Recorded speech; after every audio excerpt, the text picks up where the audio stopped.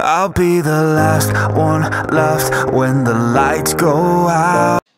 Hello everyone, আমি শুভ্রজিৎ। তো আজকে আমি একটা বলিউড সিনেমার ট্রেলারের রিয়াকশন দেব। তো সেই সিনেমাটার নাম হচ্ছে লাভ ইয়াপ্পা। লাভ ইয়াপ্পা। তো এটা ভেরি ভেরি কোইন্সিডেন্টালি একটা খুব ভালো তামিল সিনেমার রিমেক। তো বলিউডের এই রিমেক মেনিয়াটা বন্ধ হচ্ছে না। মানে আজকের দিনে ঠিক আছে, অরিজিনাল কন্টেন্ট সবার হাতে অ্যাভেলেবল, স্মার্টফোনস অ্যান্ড ভালো ভালো স্মার্ট গ্যাজেটস সবাই ইউজ করছে। তো আজকের দিনে অরিজিনাল কন্টেন্ট সবার হাতে অ্যাভেলেবল রয়েছে। আর বলিউডে কিন্তু রিমেক ছবি যে খুব বিশাল একদম ঝাঁকিয়ে চলছে তা কিন্তু নয়, চলছে না। আর বলিউডে কেন, সাউথেও চলছে না। মানে এখন রিমেক ছবি পুরো অবসোলেট হয়ে গেছে, কিন্তু তা সত্ত্বেও বলিউড এতগুলো ছবি রিমেক করে যাচ্ছে। এখন বলিউড এতগুলো ছবি কেন রিমেক করছে এটা নিয়ে আমি একটা সেপারেট ভিডিও বানিয়ে সেখানে এক্সপ্লেন করব। তো এখানে আমি আর অত কারণ বললাম না। তো লাভ টুডে একটা খুব ভালো রোমান্টিক কমেডি ফিল্ম ছিল with a very important social message. তো এটা খুব ভালো রমকম ছিল। তো এটা আমার কিন্তু দেখা সিনেমাটা, আমি সিনেমাটা দেখেছিলাম। তো আমার বেশ ভালো লেগেছিল। 2022 সালে এই সিনেমাটা রিলিজ হয়েছিল। তো এই সিনেমাটা কিন্তু থিয়েটার্সে খুব ভালো আর কি রেসপন্স পেয়েছিল, খুব ভালো ওয়ার্ক করেছিল থিয়েটার্সে, বক্স অফিসে সুপারহিট ছিল। এমনকি নেটফ্লিক্সেও সিনেমাটা সবাই এনজয় করেছে।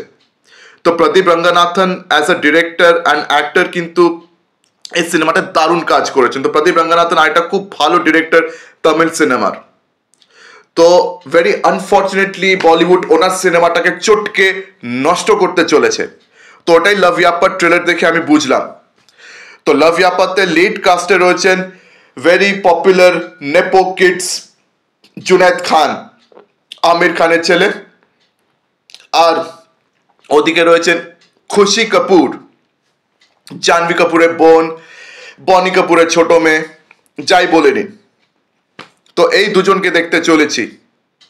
তো এটা কেন হয় যে যখনই কোনো ভালো সাউথের সিনেমা বলিউড রিমেক করতে যায় সেটাকে পুরো চটকে নষ্ট করে? মানে এটা প্রত্যেকবার দেখছি। খুব ভালো ভালো আর কি সিনেমা সাউথে হয়ে থাকে, ঠিক আছে, খুব ডাইভার্স টপিকস নিয়ে কাজ হয়, আর কিছু ইউজুয়াল টপিকস নিয়েও কাজ হয়, কিন্তু সেই স্ক্রিন প্লে দারুণ হয়, এক্সিকিউশন দারুণ হয়। লাভ টুডের কিন্তু এক্সিকিউশনটা খুব ভালো ছিল। তো লাভ টুডের গল্পটা একটু বলছি। তো তো একটা ছেলে একটা মেয়েকে বেশ ভালোবাসে। তো সেই মেয়ের বাবা একদিন ছেলেকে নিজের বাড়িতে ডেকেছে, আর ডেকে তাকে একটা ইম্পর্টেন্ট প্রপোজাল দিয়েছিল। তো সেই ছেলে আর মেয়েকে সে বলেছিল যে একদিনের জন্য ফোন এক্সচেঞ্জ করতে, মানে মেয়েটার কাছে ছেলের ফোন থাকবে একদিনের জন্য, আর ছেলেটার কাছে মেয়েটার ফোন থাকবে। তো তারা পুরো একদিনের জন্য ওই ফোনটা ইউজ করবে। তো সেই ফোনে তারা সব কিছু ঘাঁটবে, সব দেখবে, ঠিক আছে। তো ওটার পরে তারা নিজেরা ডিসাইড করবে। তো মেয়েটার বাবা বললো যে ওই একদিন আর কি নিজেদের ফোনটা রেখে ঘাটাঘাটির পর নিজেরা আমাকে এসে ফাইনাল ডিসিশনটা জানিও যে তোমরা এক অন্যজনকে বিয়ে করবে কি না, ঠিক আছে।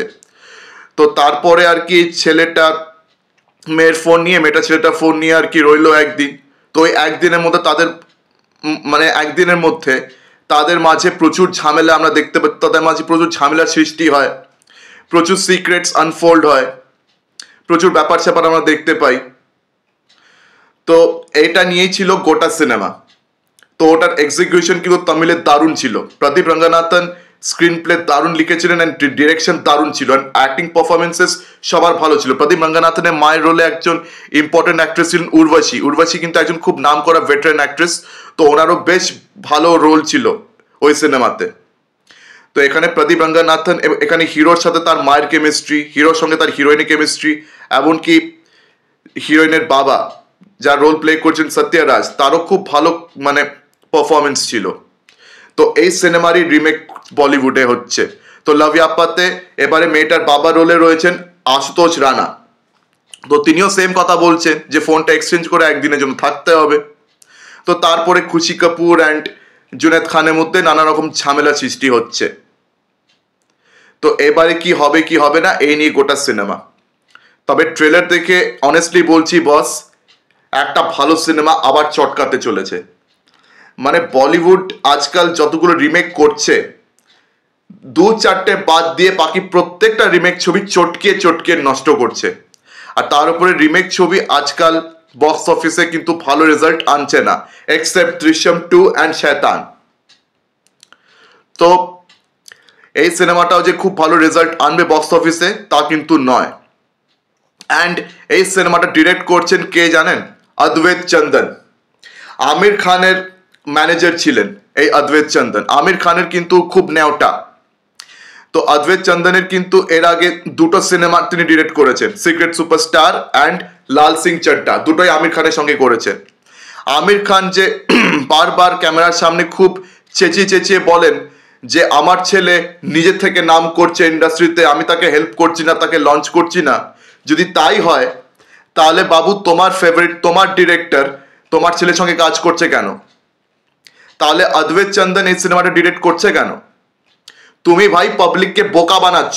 আমির খানের না পাবলিককে বোকা বানানোর খুব শখ আছে, যে আমি আমার ছেলেকে লঞ্চ করছি না, আমার ছেলে নিজে থেকে নাম করবে, হ্যানা ত্যানা। কিন্তু ভাই এই লোকটা নিজেই নিজের ছেলেকে হেল্প করছে, নিজের ছেলেকে প্রায় লঞ্চ করছে। মহারাজ সিনেমাতে হয়তো হেল্প করেননি, কিন্তু এই সিনেমাতে পুরোপুরি তিনি নিজের ছেলেকে একদম হেল্প করছেন, এটা কিন্তু পরিষ্কার বোঝা যাচ্ছে। অদ্বৈত চন্দন কিন্তু আমির খানের জানাশোনা ডিরেক্টর, আমির খানের সঙ্গে কাজ করে তিনি নাম করেছেন, আগে আমির খানের ম্যানেজার ছিলেন।